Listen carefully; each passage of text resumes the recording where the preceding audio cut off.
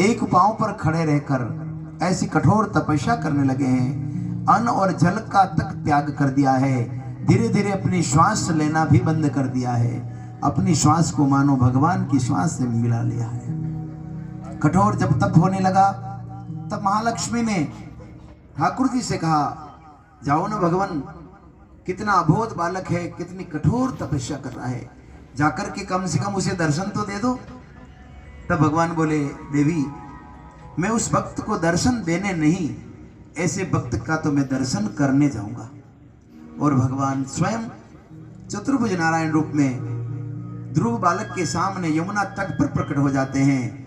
पर ध्रुव जी महाराज अपने हृदय में ठाकुर जी की मूर्ति बसाकर नेत्र बंद करके भजन कर रहे हैं।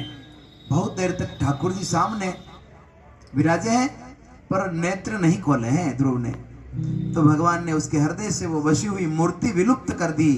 और जैसे मूर्ति विलुप्त हुई, बालक छटपटाने लगा, घबराने लगा और नेत्र खोले तो जो हृदय में छवि बसा रखी वही छवि सामने विराजमान थी।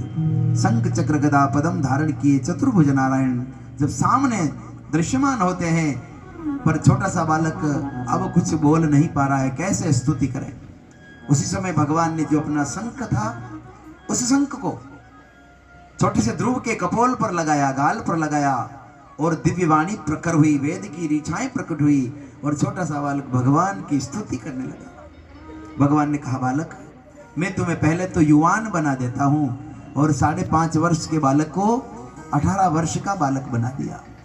और फिर कहा, बताओ पुत्र, तुम जो इच्छा हो सो वर मांगो। और राज्य की अभिलाषा जब ध्रुव ने की तो भगवान ने कहा, जाओ 1 वर्ष नहीं, 1000 वर्ष नहीं, तुम 36,000 वर्ष तक राज्य भोगोगे और फिर मैं तुम्हें एक अटल ध्रुव पद प्रदान करूंगा। भगवान अंतर्ध्यान हुए। ये खबर नारद जी महाराज ने उत्तानपाद को दी। उत्तानपाद अपनी सेना सहित भक्त पुत्र की अगवानी के लिए बढ़े और ध्रुव को ले जाकर राज सिंहासन पर विराजमान किया। भक्ति के द्वारा सब कुछ संभव है। तप बल रचई प्रपंच विदाता, तप बल विष्णु सकल श्रुत्राता। तपस्या के बल पर ब्रह्मा जी सृष्टि का सर्जन कर लेते हैं और तपस्या के बल पर ही विष्णु भगवान पूरी धरती के सभी का जीवों का पालन कर लेते हैं।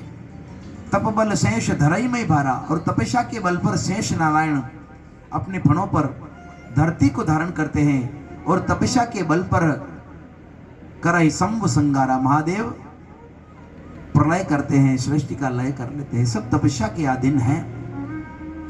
5 वर्ष के बालक ने ऐसी कठोर